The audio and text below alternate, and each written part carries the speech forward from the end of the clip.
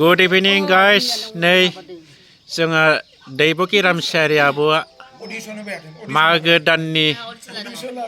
खाना जानायाव मागोनि 1 तारिखै जोङो बाहागि जमा जादोंमोन।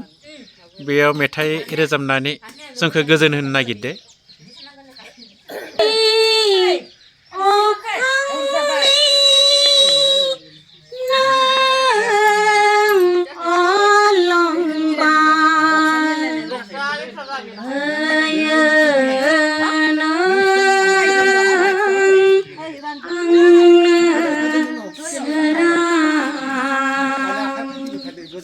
खोमसि अख्रांनि नों अलंबार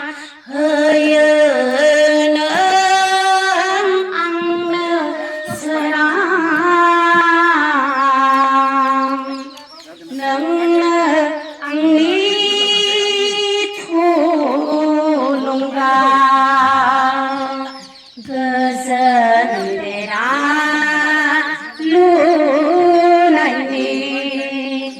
नोंनो आंनि थुलुंगा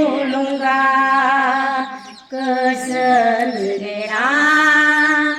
लुनायनि नों गैयाब्लानो होयो जिउनि लांगोनायाव अम्बासि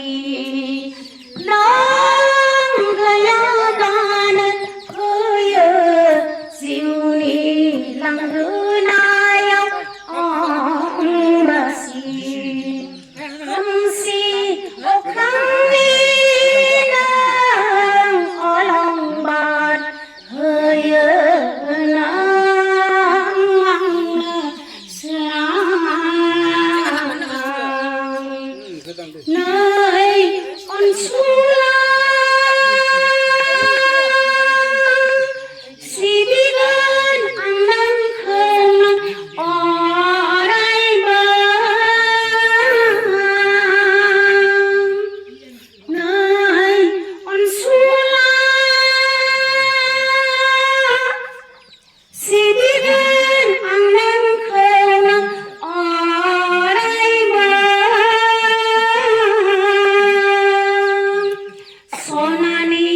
संसारखौ लाखिनो सनानि संसारखौ लाखिनो खोमसि अख्रांनि नों अलंबार होयो नों आंनो सोरां खोमसि अख्रांनि होयो नों आंनो सोरां होयो नों आंनो सोरां Thank you आब' Thank you very much जोंखौ रोजाबनानै गोजोन होनायनि थाखाय मागो दाननि खाना जानायाव जोङो जोबोद गोजोननाय मोनबाय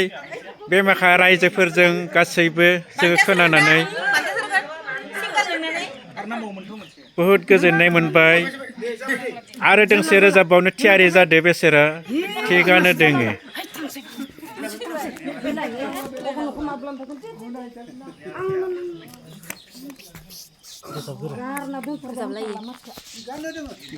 थिगानो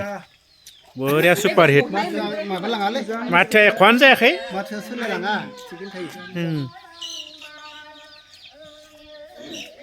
काहार बाटालनि